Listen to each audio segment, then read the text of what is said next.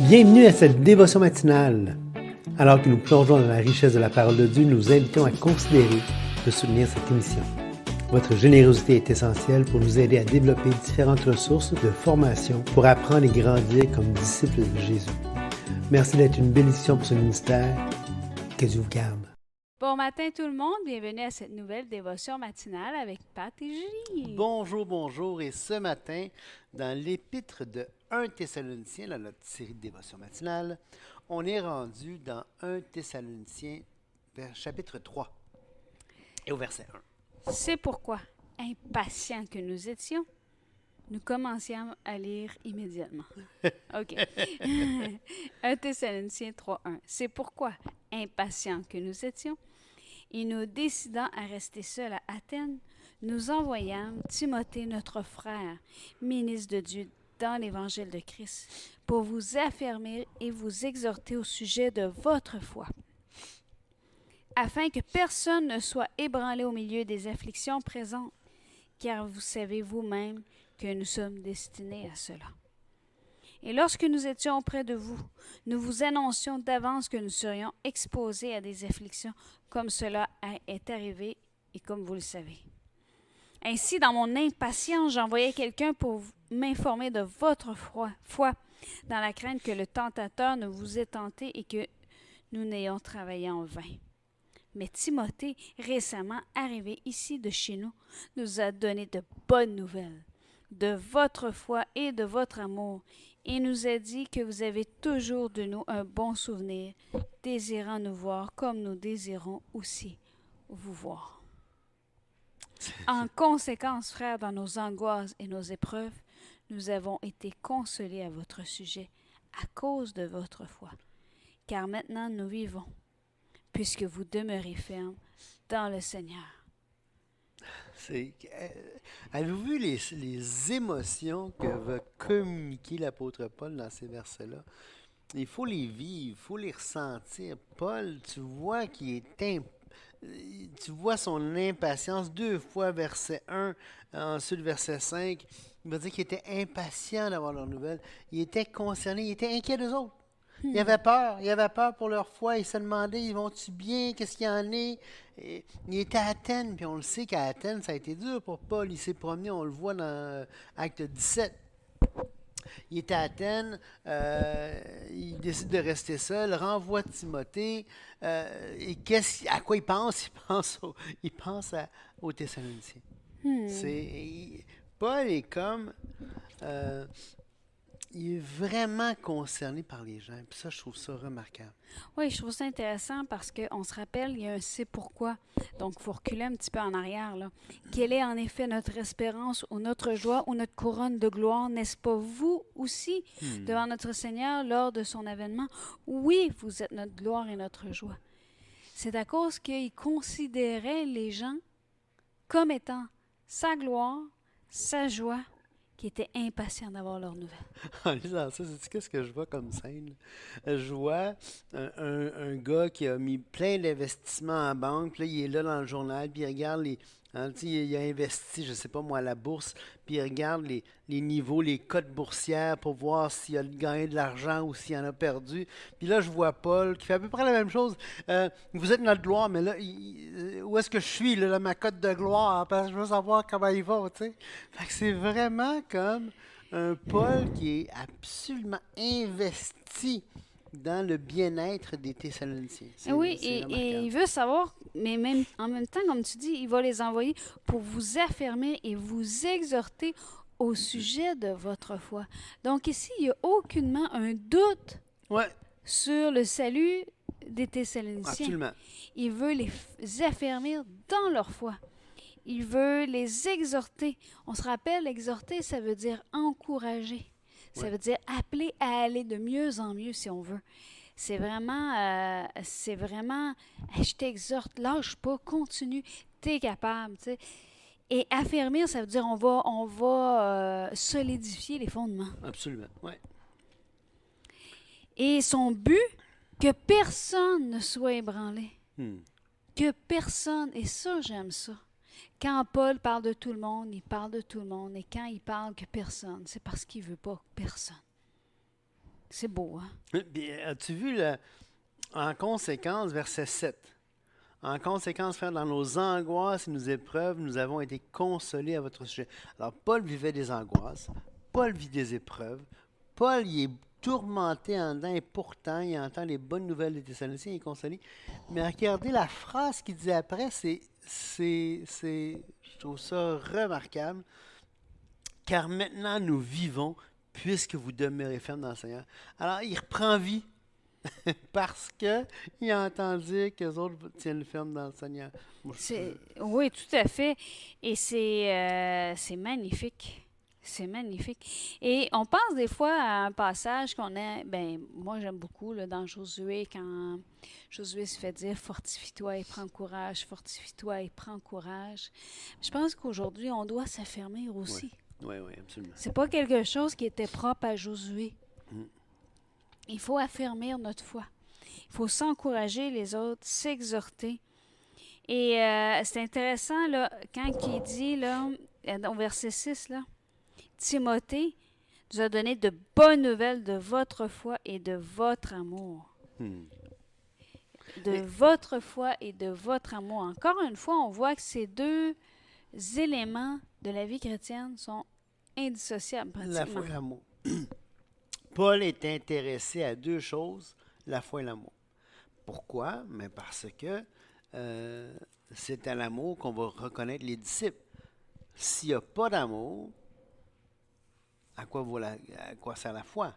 T'sais, elle est où la foi? Parce que la foi doit produire des fruits.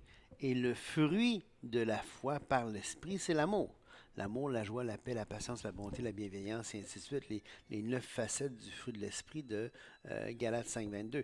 Alors, s'il n'y a pas cette foi-là qui produit cet amour sincère pour les autres, tu peux te poser des questions. Tu devrais te poser des questions. Et je pense aussi, Patrice, j'irai un peu plus loin. J'irai sur le fait que quand on s'affermit dans la connaissance de notre foi, ça dit notre position en Christ. Qu'est-ce que Christ a vraiment fait pour nous à la croix? Eh bien, c'est une protection contre l'amertume. Oui, absolument. Et je pense que l'ennemi du travail de notre amour, c'est l'amertume. Ouais. Parce que dès qu'on laisse place à des rejetons, à des... ouais, mais de toute façon, ça va donner quoi? Mm-hmm. Oui. Mais de toute façon, dès qu'on laisse place à ce genre de pensée-là, où qu'on regarde derrière, puis on souligne ce que nous, on considère des échecs de notre point de vue, alors qu'on ne connaît jamais toute l'histoire, eh bien, ça peut freiner notre amour, ça peut freiner notre foi. Et d'ailleurs, quand il va dire, Paul, car maintenant nous vivons, c'est un peu la même chose qu'il vit. Mm-hmm. Le fait de voir que ces gens-là marchent pour Dieu, ben lui, ça lui donne, wow, que ça vaut la peine de continuer de faire ce qu'on fait. Mm-hmm. Parce que ça change la vie des gens. Absolument. Et je pense vraiment que cette protection, ça me fait penser dans Éphésiens 6, le fameux passage sur l'armure du combattant. Quand ça dit au verset 13, c'est pourquoi prenez toutes les armes de Dieu afin de pouvoir résister dans le mauvais jour et tenir ferme après avoir tout surmonté. Tenez donc ferme. Ayez à vos reins la vérité pour ceinture, revêtez la cuirasse de la justice, mettez pour chaussure à vos pieds le zèle que donne l'évangile de paix, prenez par-dessus tout cela le bouclier de la foi, avec lequel vous pouvez éteindre tous les traits enflammés du malin. Prenez aussi le casque du salut et l'épée de l'esprit qui est la parole de Dieu. Et ce que je trouve intéressant ici, c'est qu'on voit que une fois que tu t'es préparé au combat, là, n'oublie pas de reprendre ton bouclier de la foi. Exactement. N'oublie pas de te rappeler les fondements de ta foi. Et n'oublie pas, mets ton casque du salut pour te rappeler que tu as une assurance qui vient avec le salut. Ouais. Et je pense que ce sont des éléments qui sont importants aux yeux et au cœur de Paul. C'est pour ça qu'il va dire qu'ils étaient rassurés, qu'ils soient fermes dans leur foi. Et au verset 9, Patrice? Quelles actions de grâce, en effet, nous pouvons rendre à Dieu à votre sujet pour toute la joie que nous éprouvons à cause de vous devant notre Dieu? Nuit et jour, nous le prions avec une extrême ardeur de nous permettre de vous voir et de compléter ce qui manque à votre foi. Que Dieu lui-même, notre Père et notre Seigneur Jésus, aplanisse notre route pour que nous allions vers vous, et que le Seigneur fasse croître et abonder l'amour que vous avez les uns pour les autres et pour tous, à l'exemple de celui que nous avons pour vous. Qu'il affermisse vos cœurs pour qu'ils soient irréprochables dans la sainteté devant Dieu notre Père lors de l'avènement de notre Seigneur Jésus avec tous les saints. Que c'est beau. Ah, c'est là qu'on voit comment est-ce que la marche chrétienne, elle est toujours... c'est jamais à sens unique. Hein? Les gens font les pas de foi dans l'amour, dans la foi. Et là, ils peuvent se fortifier dans le Seigneur. On peut prier pour que le Seigneur les fortifie. Tu sais, il y a toute cette belle... Dynamique. J'allais dire un écosystème. Hein? Tout s'alimente. Cette dynamique dans le Seigneur où est-ce que ensemble on grandit et le Seigneur nous fait croître à cause de nos prières, à cause de notre interaction, à cause de notre intercession. Oui, parce que là, il va rendre grâce à Dieu parce qu'ils sont envahis de joie à cause de leur marche aux Thessaloniciens. Parce que pour toute la joie que nous éprouvons à cause de vous, c'est vraiment assez sincère. On est joyeux de voir comment vous progressez. Nuit et jour, nous le prions avec une extrême ardeur. Donc, il rend grâce, mais il ne s'arrête pas là. Non, exactement. Et même si il a envoyé Timothée pour les exhorter au sujet de leur foi, même s'il dit on m'a informé de votre foi, même s'il dit on a eu des bonnes nouvelles de votre foi, même si au chapitre 1, il avait dit nous rappelant l'œuvre de votre foi, il va quand même se permettre de dire et de compléter ce qui manque à votre foi. C'est là que tu vois que on a un impact. Tu sais, ça me fait penser. Il n'avait pas dit au chapitre précédent, là, au chapitre 2, quand il avait dit qu'il y en a qui empêchent Paul de parler aux païens pour qu'ils soient sauvés, en sorte qu'ils ne cessent de mettre le comble à leur péché, mais la colère a fini par les atteindre. Alors, par nos paroles, on peut compléter la foi des autres, ou par nos paroles, on peut empêcher l'autre de croire. Ça redonne à l'être humain, ça redonne aux croyants la pleine responsabilité de ses paroles. Par ses paroles, il peut carrément empêcher l'autre de croire. Par ses paroles, tu peux compléter ce qui manque à la foi de l'autre. Alors, voyez-vous comment est-ce que on a une part importante à jouer dans la marche avec Dieu. C'est pas juste écoute, je mets la coule douce comme si on était sur un lac ou sur une rivière, puis le courant nous apportait doucement sans qu'on ait rien à faire. C'est quand même un rappel. Hein? Ouais. C'est quand même quelque chose à dire. On a un impact chez les gens. Oui, vraiment. On peut faire la différence. On peut vraiment aider les gens à croître. Et Paul va aller plus loin même. Il dit, on le prie. On prie Dieu. Puis là, il va dire que Dieu lui-même, notre Père et notre Seigneur Jésus, aplanisse notre route pour que nous allions vers vous. Oui. Hey, je pense que c'est un chapitre qui était rempli de... Et ce que j'aime dans ça, après ça, c'est que Dieu, même notre Père et notre Seigneur Jésus, aplanisse notre route. Alors, Paul, il prie d'aller les revoir, puis il prie que Dieu bouleverse les circonstances pour qu'ils puissent aller les voir. Et ce qui est extraordinaire, c'est comme il leur a donné une responsabilité par rapport à leur foi, à leur amour. Il ne s'est pas détaché de l'action du Seigneur. Il va même prier que le Seigneur fasse croître et abonder l'amour que vous avez les uns pour les autres et pour tous, à l'exemple de celui que nous avons pour vous. Il y a toute cette balance. Nous, on vous aime. On est un exemple dans notre amour.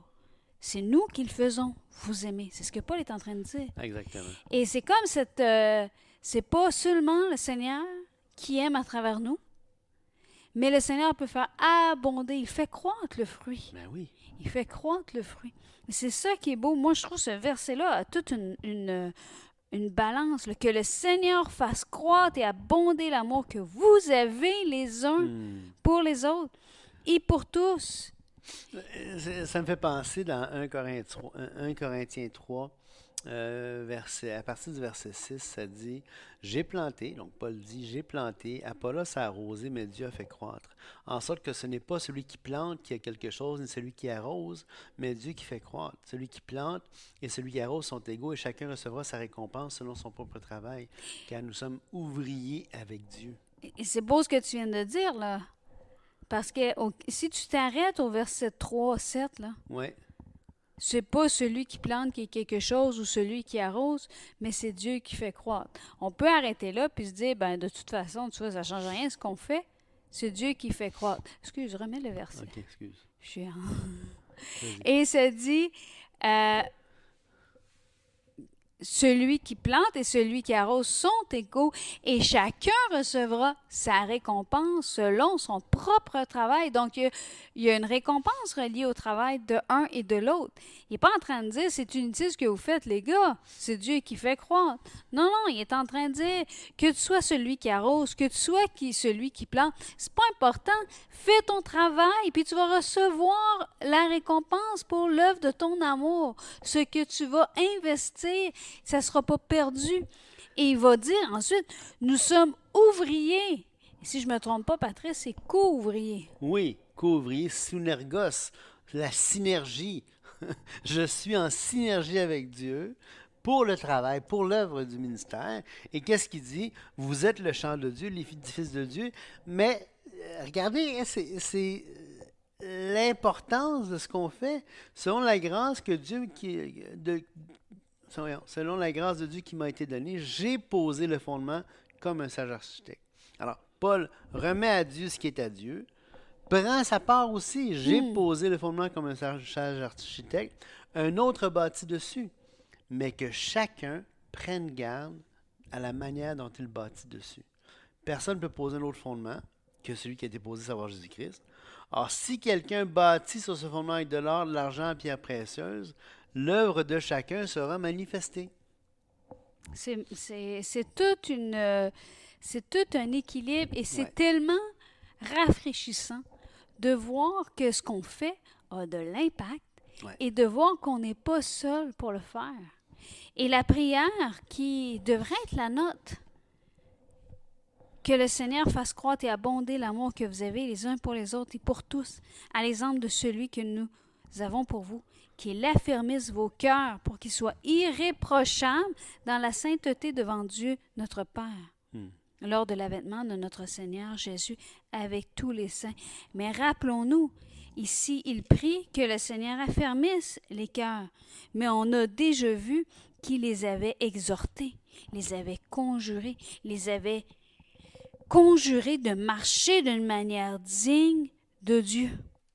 Il leur avait dit, nous avons eu une conduite sainte, juste et irréprochable. Donc, il n'est pas en train de dire, c'est vraiment Dieu qui va le faire que vous ayez cette conduite-là irréprochable dans la sainteté. Non, il rappelle, c'est notre responsabilité, mais on va prier le Seigneur pour qu'il vous soutienne dans cette croissance-là. Exact.